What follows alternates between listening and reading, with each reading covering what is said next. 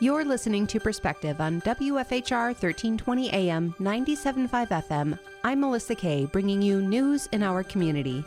During this interview, I'm talking with Port Edwards District Administrator and Ed Hoyer Elementary School Principal, James Bina, on Wednesday, March 11th. Thank you for joining me, Jim, to bring the community an update from the Port Edwards School District. Good morning, Melissa. Thank you very much for having me once again. Yes, glad to have you here. Well, let's dive right in. As the principal of the elementary school there, you've got some elementary school updates. Tell me about the Do Good Wisconsin Cereal Box Challenge. Yeah, that's a very, very exciting thing, Melissa. I'm very happy to talk about that. The Do Good Wisconsin Cereal Box Challenge, it took place for the second year in a row at Ed Hoyer Elementary School. The Cereal Box Challenge was led by our Port Edwards Parent Organization, or PEPO, and it was a 3-week challenge. Our students and families were challenged to bring in boxes of cereal. We wanted to see how many boxes of cereal we could collect for the Wisconsin Rapids Area Food Pantry. Last year, in 2025, our students collected 504 boxes. In 2026, they collected 551 boxes. So kudos to our students and our families.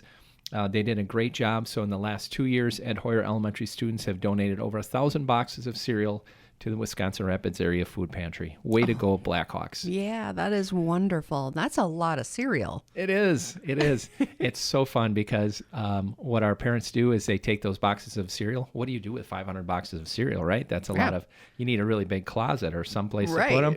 They stack them up in our windows in front of the school. So as you walk up the sidewalk, you see Captain Crunch and you see Rice Krispies, and it's just a neat way to display them all. And then at the end of the 3 weeks, we did a domino challenge. So we did something very similar last year. The parents came in for a few extra hours, our wonderful PEPO moms, Port Edwards Parent Organization, and they lined up all the boxes into like a snaking domino design. We brought our students in, we played some music, and then we let all the boxes go on a big domino line, and the kids just have a blast with that. Oh, I bet. We recorded it. We had a professional entertainment person set music to it who also recorded it, and that video is on our school Facebook page right now. So fun. That's really cool. And so that video is also being submitted to the Do Good Wisconsin program, and they are judging that video on creativity and how well it was done and put together. And last year, our video got 4th place in the state. Okay. And we're hoping, of course, that we do it 4th place or better this year as well. That's awesome. How fun. Yeah. And then did teachers do any classroom activities to go along with this for students? They just really promoted it really well in the classrooms. It was a competition, and our Port Edwards Parent Organization group, they gave a prize on every Friday to the winning class that collected the most boxes. Nice. We have 2 sections of kindergarten. We have a section of kindergarten, Mrs. Henny's classroom, a shout out to Mrs. Henny's room. 17 students, they collected 116 boxes of cereal. Oh, wow. So way to go, Mrs. Henny's classroom. For collecting 116 boxes. They were the winning classroom. Top classroom there in the kindergarten room. Yeah. That's awesome. It was a lot of fun. The kids had fun with it. It was something that's very relatable to them. Oh, right? yeah. Everybody loves cereal. Everybody loves cereal. Every kid knows cereal. Yeah. So it's the best snack, dry. It's a good breakfast food. I mean, you can eat it for dinner, but absolutely. Maybe not every day. So, yeah, it's something very relatable for the kids, and they can walk down the grocery aisle and say, Mom and Dad, if kids are hungry, that's something I know what that is, and we can give it to the food pantry for other families. So it's a really cool thing to do every year. That's really fun. Yeah. So you've got more going on at the elementary school. Of course, there's probably more than we could actually cover here today, but let's dive into the March Book Madness. Yes. Mrs. Wilhorn, one of our amazing teachers at Ed Hoyer Elementary, Amanda teaches 2nd grade, is leading March Book Madness again at Ed Hoyer. Each day she emails 2 kind of competing elementary level books to all of our staff members, and the books are displayed up on the smart boards in each classroom. Our students vote on them, and Mrs. Wilhorn has a bracket created on the wall in the library. And then just like you would see for a high school or college basketball tournament, that winning book from each day's votes, it advances on. And then we have, we get down to the final 2 and the whole school votes on those. We do a vote every day. until we get to that championship book level. And then the winning book, I will be reading to the entire school here at the end of the tournament. Oh, fun. So our kids are hearing so much about, March Madness in the media, and they're hearing about basketball tournaments, and they hear brackets, and they may not know what that is, but we are incorporating the love of reading and library books in with March Madness in order to kind of connect them to what's happening in our society right now, and also the love of books. Yeah. Oh, that's a great way to do it. I don't know that I've ever heard of anybody doing it quite that way. Is this your first year doing that? We did it last year as well, and I think they've done it in prior years prior to that also. Do you remember what the winning book was last year? Not off the top of my head. No, I don't. Do you have any that you're gunning for, that you hope win? I don't play favorites. I just made the best book win, right? I have a young friend, a niece of mine that comes over a lot, and we had tacos the other night. So Okay. we had to read and listen to every version of Dragons Love Tacos. Oh, excellent. Great book. That we could find on YouTube. So that is a great book. Very fun. Very fun. Yep. It's it's getting to be the end of the winter here in Wisconsin. We're still indoors a lot with our weather, so just really trying to inspire our kids to read more and motivate them, and just constantly reminding them of the importance of reading and the love of reading. Yeah, reading is great. Yeah.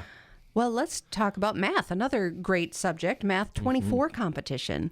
Yes, the Math 24 competition for our upper elementary grades. Math 24 is a competition that is held in the Wisconsin Rapids area each year during February and March. And we have competing elementary and middle school students from Wisconsin Rapids Public Schools, private schools, Port Edwards, and we have local competitions in 4th and 5th grade in Port Edwards. And it's similar to the bracket challenge, it's kind of an elimination where students are competing against each other. The classroom teacher leads it, and it's getting math facts accurately.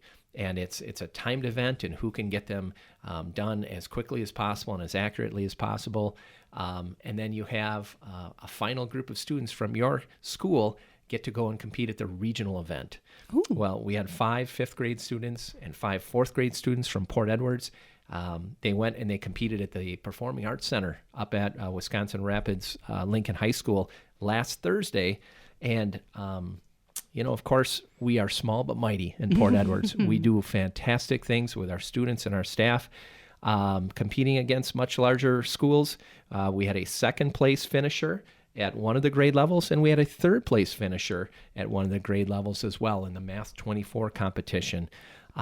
Locally, that was led by Mrs. Ellie Bogdan. So a shout out to Mrs. Bogdan, one of our 4th grade teachers at Hoyer Elementary. How wonderful, and what great accolades for those young people to win those awards in a difficult subject, at least for me. Math is difficult for me. So, but for people who love math, that's incredible. And Melissa, to watch these kids do math so rapidly and so accurately, I've yet to see an adult that's not impressed by it. I would be blown away. Very, for sure. very impressive. Our students, at all of our schools in the area that are in this competition, they are fantastic math students. Wonderful. Yeah. And the Read Across America Week is going to be happening here soon. When does that take place? Read Across America Week was actually the first week of March. Oh, okay. Yeah, I just want to give a recap about that. We celebrated that the 2nd through the 5th at Ed Hoyer Elementary. We had a great time. Again, Read Across America is all about reminding our students about the importance of reading, the love of reading, and during Read Across America Week, we really celebrate Dr. Seuss and the fun that we get out of reading. So every day there was unique dress-up days. The kids were dressed up like twins. They had crazy hats on. They had crazy outfits on. Just really having fun during the school year and the school week, and tying it back to the love of reading. So those dress-up days were fun. We culminated it with a school-wide reading event last Thursday where our upper elementary students, they joined younger students in the classroom and they read their favorite books to them. Oh, nice. So we really kind of combined our whole school into like small families, and we kind of read together. So that was a really cool week, Read Across America Week. So now I know you know some titles of Dr. Seuss. Do you have a Dr. Seuss favorite? Because Boy. mine is Green Eggs and Ham. That's that is That's a classic. That's a classic. It is. I would say probably the Lorax. Yeah. The Lorax teaches such a such an important lesson about our environment. So I enjoy that one. All right. Yeah. Well, why don't we take a pause here to hear from our sponsors? I'm Melissa Kay, talking with District Administrator Jim Bina. You're listening to Perspective on 1320 AM, 97.5 FM, WFHR. Welcome. You're listening to Perspective on WFHR 1320 AM, 97.5 FM. I'm Melissa Kay, bringing you news in our community. I'm speaking with Port Edwards District Administrator Jim Bina, and we've been talking about updates at the Ed Hoyer Elementary School, where you are principal. And now let's move into high school updates. You've got the Spirit of Excellence Award you wanted to talk about today, Jim. Tell us about that. Absolutely. Thanks again for having me on, Melissa. I am so excited to announce that John Edwards High School Student Council won the Spirit of Excellence Award. This award is given to very few schools in the state. It's a portfolio created by student leaders to celebrate achievements within their school that surround 5 pillars. The pillars are leadership, spirit, service, academics, and extracurriculars. The portfolio is submitted to the Wisconsin Association of School Councils. From there, a selection of WASC stakeholders and partners select one middle school and one high school winner from each of the 6 regions in the state of Wisconsin. Once those winners are chosen, one is selected as a state winner. So John Edwards High School was selected out of one of 6 regions, and they won a Regional Spirit of Excellence Award. Wonderful. Yeah. Our student council wanted to showcase the great things that they did within the school as well as out in the community. Our senior student council officers are Evie Fletcher, Taylin McDonald, and Brianna Ingram, and their advisors are Mrs. Tammy Griffith and Kelly Kalinsky. They put together the Spirit of Excellence portfolio, showcasing the wonderful and unique things we do at John Edwards High School. All of the events within the portfolio took place in 2025, and they fell within the categories that I listed before: leadership, spirit, service, academics, and extracurriculars.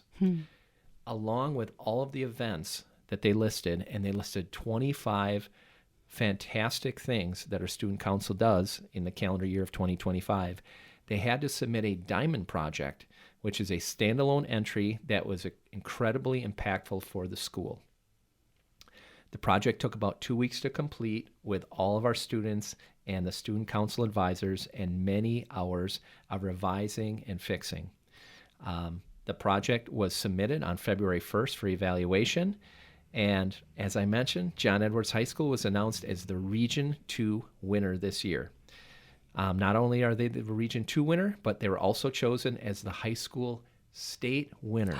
Oh, wow. So John Edwards High School is the state champion in 2025 for the Spirit of Excellence Award. Wow. Congratulations to not only the students, but the parents, the staff. I mean, that has got to feel really, really fulfilling to have that accolade. Absolutely, Melissa. We have known for years, and it's not that we are showing off, but we are showing so that people know and so that they're aware. We know that our students and staff do fantastic thing at John Edwards High School. Like I mentioned, we are small, but we are mighty. We do amazing things at our small village and in our small high school. But this was it's nice to get this recognition and be known as the state winner for doing, some of the best work in the state of Wisconsin. And what a great thing for those students that are on the student council to be able to have that experience, and having gone through that process, that is going to set them up for future successes. Absolutely. I think it was evidence, Melissa, that, they can reflect back on, and it shows them that, doing good things, it just doesn't impact one thing at a time, but you look at the grand scope of everything that you're doing, you can have an incredible impact in your entire region. Mm-hmm. I'd like to mention the recognition that our student council received for this. On March 10th, our advisors, Mrs. Griffith, Mrs. Kalinsky, and those 3 senior officers, Evie Fletcher, Taylin McDonald, and Brianna Ingram, they traveled to Fiserv Forum in Milwaukee for a special recognition with the Wisconsin Association of School Councils and the Milwaukee Bucks. Oh, wow. So they got to attend the game, and they received a banner that will be displayed at school, as well as a traveling trophy that will stay at John Edwards High School for 1 year with our name etched on it. So we are so proud of our student council for winning the Spirit of Excellence Award.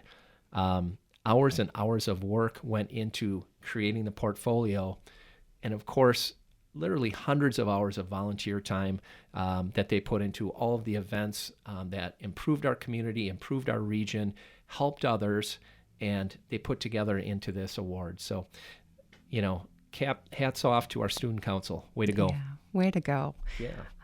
Another student achievement that is years in the making, our solo and ensemble that took place on March 7th. You said you have students going to state that's coming up here soon. Absolutely.